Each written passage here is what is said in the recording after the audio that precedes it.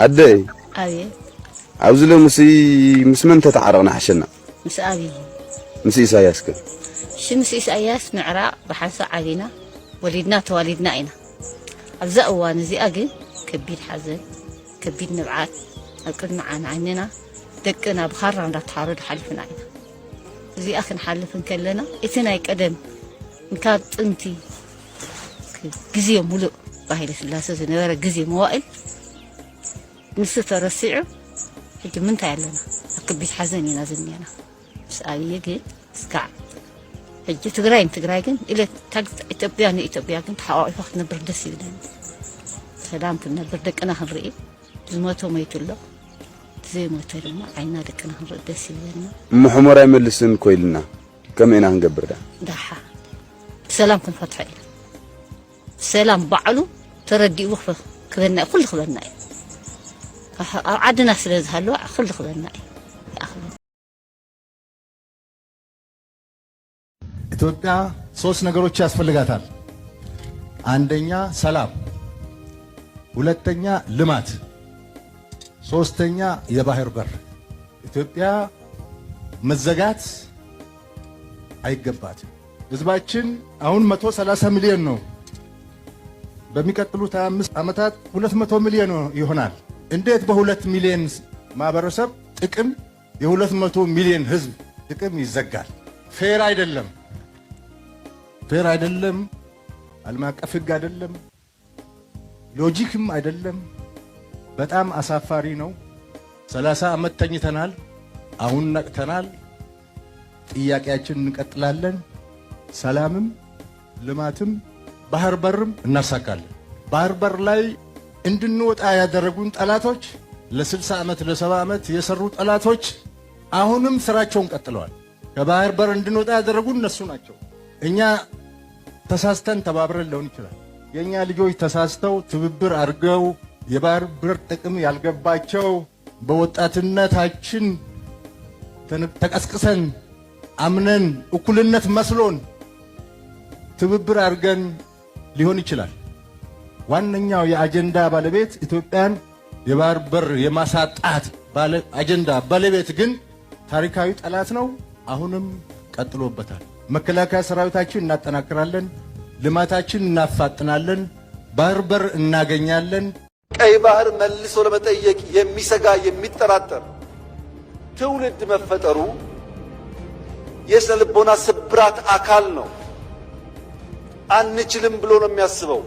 እኔ ላረጋግጥላችሁ እወዳለሁ፣ ኢትዮጵያ ትችላለች።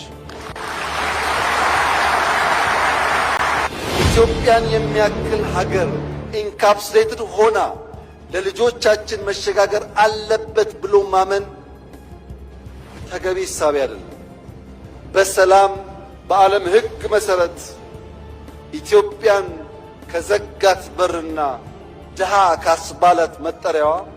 መገላገል አለባት ብለን ስለምናምን በየትኛው መድረክ ከኢትዮጵያ ጋር በሰላማዊ መንገድ ለመነጋገር የሚፈቅድ አካል ካለ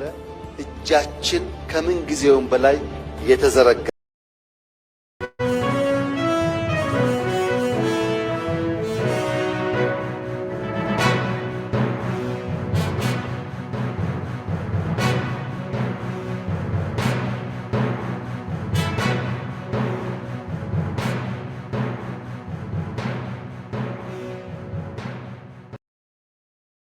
ሰላም ክቡራት ተኸታተልቲ ሊሎ ቲቪ ከመይ ፀኒሕኩም መደባትና ይጅምራሎ። ያ ናይሎም መደብና ብቲ ሓፈሻዊ ኣብ ሓራ መሬት ትግራይ ኣጋጢሙ ዘሎ ብሻዕብያን ብህወሓትን ዝተሰነየ ዝተደገፈ ወተሃደራዊ መጥቃዕቲ ሓፈሻዊ ኩናት እዩ። ዳርጋ 4ይ መዓልቱ 3ይ መዓልቱ ይኸይድ ኣሎ። ነንእሽተይ ሰዓታት ነን ሓፂር ሰዓታት ኣብ መዓልቲ 2-3 ግዜ እንዳገበሩ ህወሓትን ሻዕብያን ኣፅዋራቶም መፈተኒ ክገብርዎ ክሳብ ክንደይ ርሕቐት ክንዋጋእ ንኽእል ንሰራዊቶም ነቲ ኣገዲዶም ሒዞሞ ዘለዉ ሰራዊት እውን ንመፈተኒ ዓቕምታት ሰራዊት ሓይሊ ሰላም ትግራይ እውን መገምገም ኢሎም ያ ኩሉ ዓቕምታቶም ኣጣሚሮም ዘለዎም ኣፅዋራት ኩሉ እናተጠቐሙ ኣብ ልዕሊ ሰራዊት ሓይሊ ሰላም ትግራይ ببجزيو درجة سالساي معلتو رابعي معلتو بيلو زقبر كوينات يكايدو لو يا أو بزحات من سيات طفلو أب تحت بهلاويان جنرالات هو حد صنحو وتهدرات قداي زي تدلي مسواتي زي تدلي موت زي تدلي سنكلنا زي قبع موت سنكلنا يقاطمو مال سلازي أب تحت بهلاويان جنرالات هو حد زلوخم سراويت بليس بليس بليس نبسخم أدحنو سراويت حيل سلام تقراي تدالي يزلو دحر نعدي سراويت حيل سلام تقراي سي نعدو نهزبي زقادل زقالس مسوات زخفل نسخم قن من يخمن أب تحت بهلاويان جنرالات هو حد كوينكا أب زي تفلط خوينات مخاف مسحوها أكالكا ختقودل مسوات ختكفل سي نمن تايو نمن علاماي ننايمن علاماي أكالكا تقودل لومي تاي سلز دلخا تاخا ختركب سخات تسوي اخا تدحن تقرا يلا السخات تسوي اخا زملس تمازابالا يالو نسخات تسوي اخا ابز غزيزي تقراي سلام تخوني مسلكا اي تخونن اكالكا غوديلو حزب تقراي يدحن اي دحنن سلازي بليس اتهم بهوحات تدافافيكم كونيلكم صيقتات تفصمو زلكم اب تانكتات كونكم اب رشاشات كونكم اب نواحت برتات كونكم زي تدلي قفعي زي تدلي كوينات زي تدلي دبدب تفصمو زلكم كونيلكم نعاكم سراويت حيل سلام تقراي بزقبا اب تزدلي مزقب اسفيركم الله اتم تجديدكم اب سراويت حيل سلام تقراي كوينات نمخفات بدحريت كوينم زدفقكم زلوغن وا نفسكم ادحنو حجون اقدمنا قدم 3-4 ورحي قدم 5 ورحي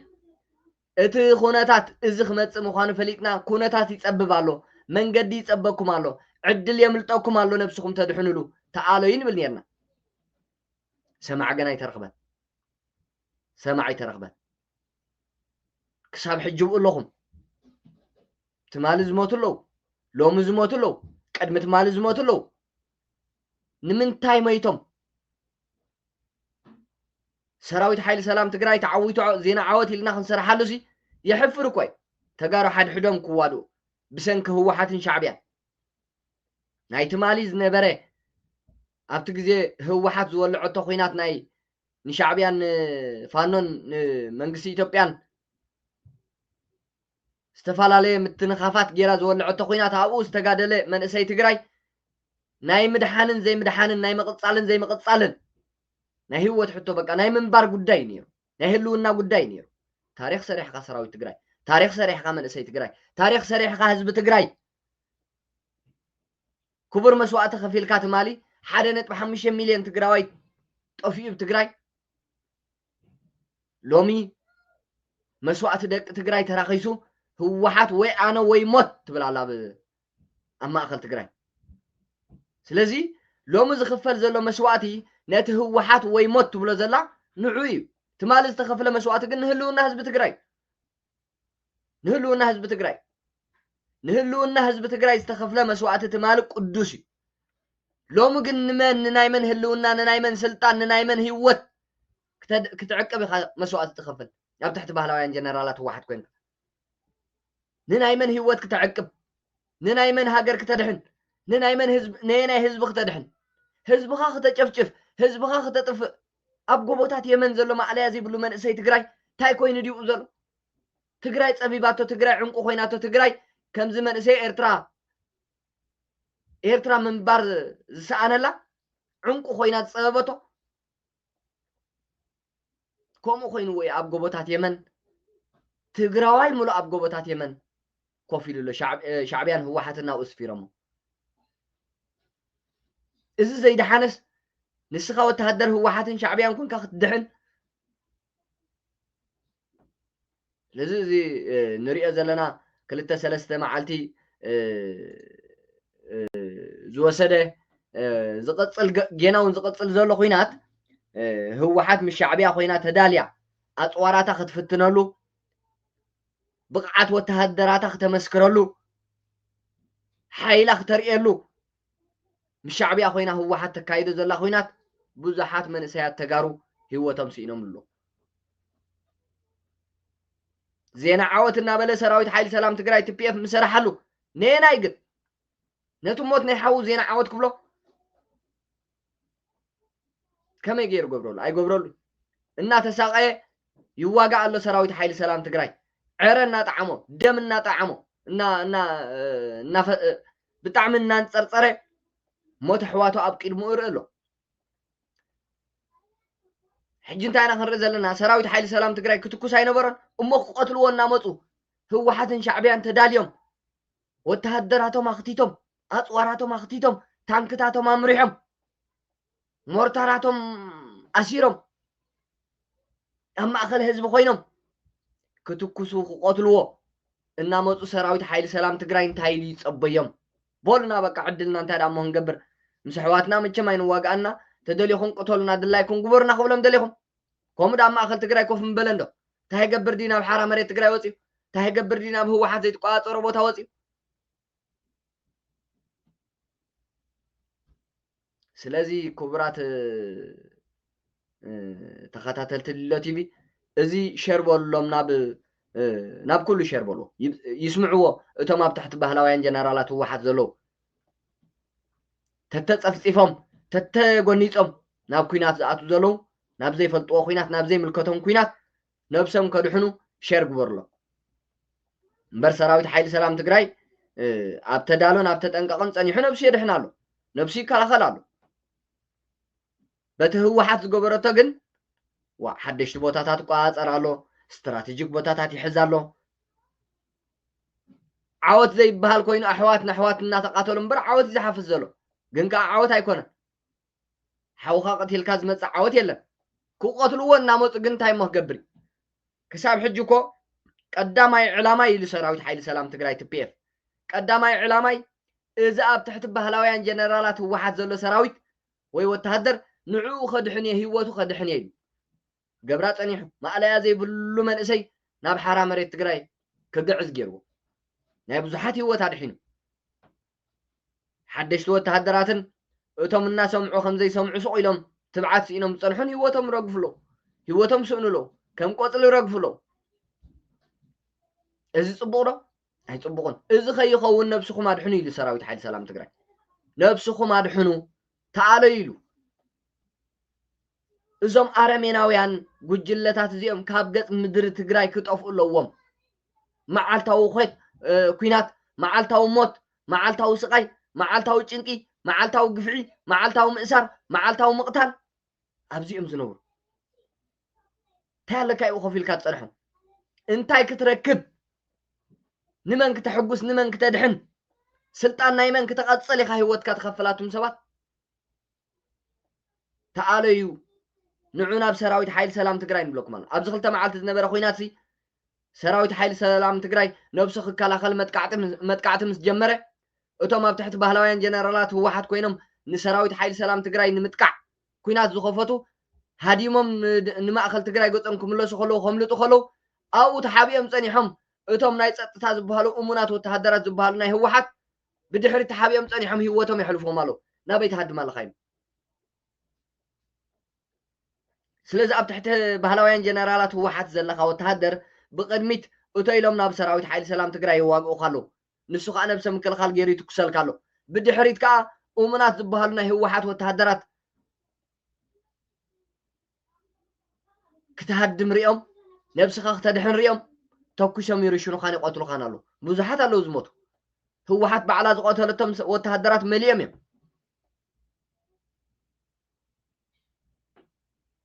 نمن يلقى أخا إذا هو تحلف أين حزبي أخدحناتهم سبات أين عدي أخدحن أين تعدي أخدحن حجكو هو حتى واقع زلان سلطاني حجكو شعبية زواقو زلون سلطانهم سمعنا شعبية أنه هو حتنكا هو حت وتهدرات كتقرب شعبية أصوارات كقرب يمتسامعهم إثيوبيا خورو نسراويت حيل سلام تقراي كدمسسو سمو معمزي سراويت حيل سلام تقراي كأفريسو ህወሓት ወተሃደር አልቦ ገይርዋ ገና ከም በሓድሽ ገፊፍኩም ወተሃደር መልምሉ ኣብ ትግራይ ዘሎ መንእሰይ ብሙሉኡ ገፊፍኩም ዕጥቆ ኢሉ ከዓ ሻዕብያ ትእዛዝ ሂቡ ህወሓት ትገፍፍ ንርኢ ኣለና መዓልታዊ ሓደሽቲ ክትሰልጥን ንርኢ ኣለና መዓልታዊ ምትንኳያት ትገብር ዘላ ንሰራዊታ ክትላምድ ኢላ ኣገዲዳ ንዝሓዘቶ ሰራዊት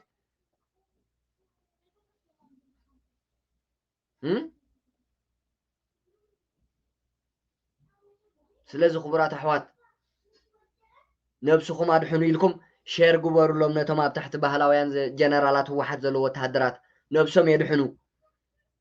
ወላ ናብ ሓራ መሬት ምፅምባር እንተዘይደለይዎ ናብ ዝኾነ ቦታ ከይዶም ነብሶም የድሕኑ ሎሚ ወተሃደር ናይ ህወሓት ኮይንካ ዝኽፈል መስዋእቲ ሓደ ሞት ዘይኮነስ 100 ሞት እዩ ታሪክ የብሉ ምስጋና የብሉ ስድራ ቤቱ ኩሉ ግዜ ኣብ ሓዘን ስድራ ቤቱ ኩሉ ግዜ ርእሶም ኣድኒኖም ክነብሩ ብጣዕሚ ብዙሕ ክሳራ እዩ ዘሎ ንወዲ መን ኢልካ ትመውት ንናይ መን ስልጣን ኢልካ ትመውት እዚ ንሰራዊት ሓይሊ ሰላም ትግራይ ምጥቃዕ ገለመለ ኣይትሕሰብዎ ዝሓረነን ዝተረድኦን ዝመነነን ወተሃደር እሞ ከዓ ኣብ ድፉዑን ዘሎ ወተሃደር ኣብ ስትራቴጂክ ዝኾነ ቦታን ዘሎ ወተሃደር እሞ ከዓ ንናይ ህዝቢ ወተሃደር ኣብ ዝለዓለ ሞራል ዝርከብ ወተሃደር ህወሓት ክትስዕሮ ሻዕብያ ክትስዕሮ ኣይሕሰብን እዩ ትማል ደብረ ብርሃን ዝበፅሐ እዩ ትሪእዎ ዘለኹም ወተሃደር ኣብ ሓራ መሬት ትግራይ ዘሎ ትማል ክንደይ ጅግንነት ዝፈፀመ እዩ ወፍሪ ኣሉላ ወፍሪ ፀሓይ ብራቅ ወፍሪ ኣዴታት ዓለም ብስሙ ዝፀውዐቶ TDF ዝበለቶ እዩ ነዚ ሓይሊ እዚ ክትስዕር ነዚ ሓይሊ እዚ ክተንበርክኽ ነዚ ሓይሊ እዚ ክትድምስስ ኣይከኣለን እዩ ሻዕብያ ኣይትኽእል ህወሓት ኣይትኽእል ፋኖ ኣይክእሉ ሰለስቲኦም ግንባር ፈጢሮም እውን ንሰራዊት ሓይሊ ሰላም ትግራይ ክፍንጥሕዎን ከፍርስዎን ክብትንዎን ክድምስስዎን ኣይክእሉን እዮም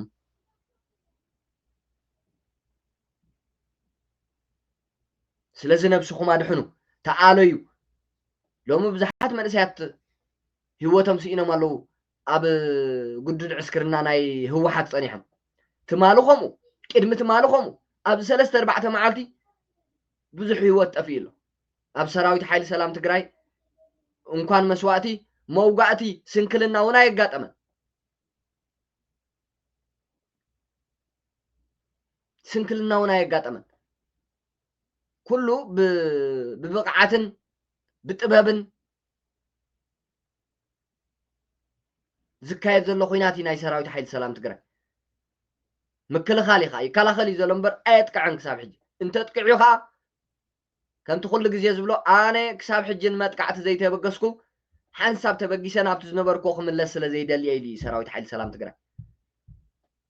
ከተማታት ገጠራትን ዓድታትን ትግራይ ህዝቢ ትግራይ ሓራ እናገበርኩ ከይድ እምበር ሎሚ ብዚኣ ኣጥቂዐ ፅባሕ እንድሕሪት ሎሚ ብዚኣ ኣጥቂዐ ፅባሕ እንድሕሪት እንዳበልኩ ክምለስ ስለ ዘይደሊ ሓንሳብ ተበጊሰ ኣብቲ ናይ መወዳእታ ምዕራፍ ክበፅሕ ስለ ዝደልየ ስጉምቲ ዘይወሰድኩ ክሳብ ሕጂ ኢሉ ሰራዊት ሓይሊ ሰላም ትግራይ እሞ እንታይ ደኣ እዛ ዓይነት ዓቕምን ሞራልን ዘለዎ ሰራዊት ሓይሊ ሰላም ትግራይ ሻዕብያ መፂኡ ክስዕሮ ይኽእል ህወሓት ምስ ሻዕብያ ኮይና ክትስዕሮ ትኽእል ኣይትኽእልን ኣይከኣልን እዩ ነብስኹም ኣድሕኑ ተኣለዩ እዚ ኩናት እዚ ህዝቢ ትግራይ ከም ህዝቢ ዝጠፍኣሉ ትግራይ ከም ትግራይ ተዓንወሉ ዝገብር ኩናት እዩ ሻዕብያ ትግራይ መናሃርያ ኩናት ንምግባር መንእሰይ ትግራይ ንምፅናት ውዕል ኣትዩ ምስ ህወሓት ከዓ ስልጣና ንምቕፃል ክትብል ኩሉ ውዕላት ናይ ሻዕብያ ኣኽቢራቶን ተተግብሮን ኣላ